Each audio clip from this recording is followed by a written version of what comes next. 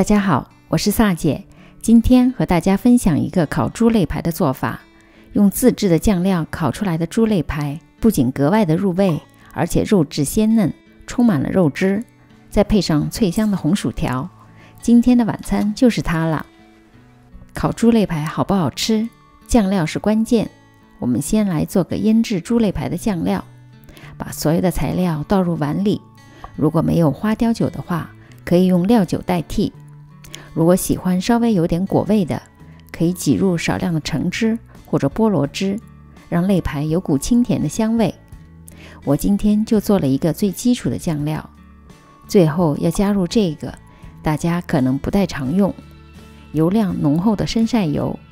生晒油就是加入了焦糖色的酱油，所以口感上稍微有点甜味，可以帮助食物上色。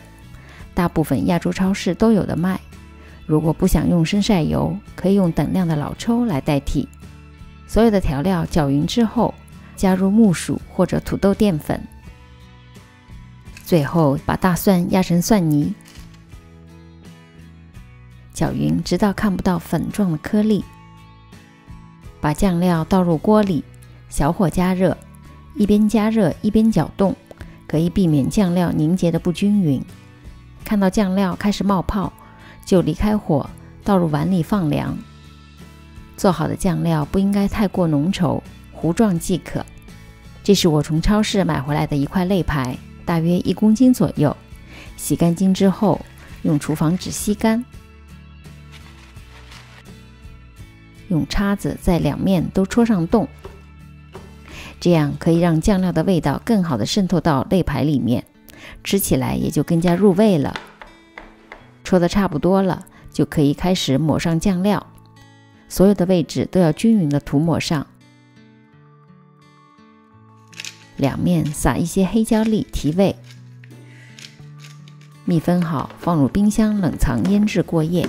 如果你赶时间的话，最好也要保证至少4小时的腌制时间。第二天拿出来之后，把酱料再涂抹一次，把肋排凹陷的那面朝上，多余的酱料倒在面上，放在垫了锡纸的烤盘里，放入预热好190度烧烤模式的烤箱中层，单面先烤30分钟。如果用锡纸包裹住来烤的话，需要烤45分钟左右。单面烤好后，取出翻面，继续烤25分钟。等最后5分钟时，取出涂上一层蜂蜜。出炉啦！烤好的猪肋排四边有点焦香，表面上色均匀，马上切一条试一下。内部肉质鲜嫩，还淌着肉汁，十分的入味。如果喜欢吃比较酥烂的，可以用锡纸包裹加长烤制的时间。最后10分钟揭开锡纸，再调高温度，让表面焦香。我个人比较喜欢不那么烂，有点嚼劲的。今晚的晚餐有着落了，大家也可以根据自己的口味调整酱料的配方。做好了也可以发照片到我的 Facebook。 我是萨姐，如果您喜欢我的视频，请订阅并点赞。其他视频请进入萨姐的南腔北调观看。我们下集再见。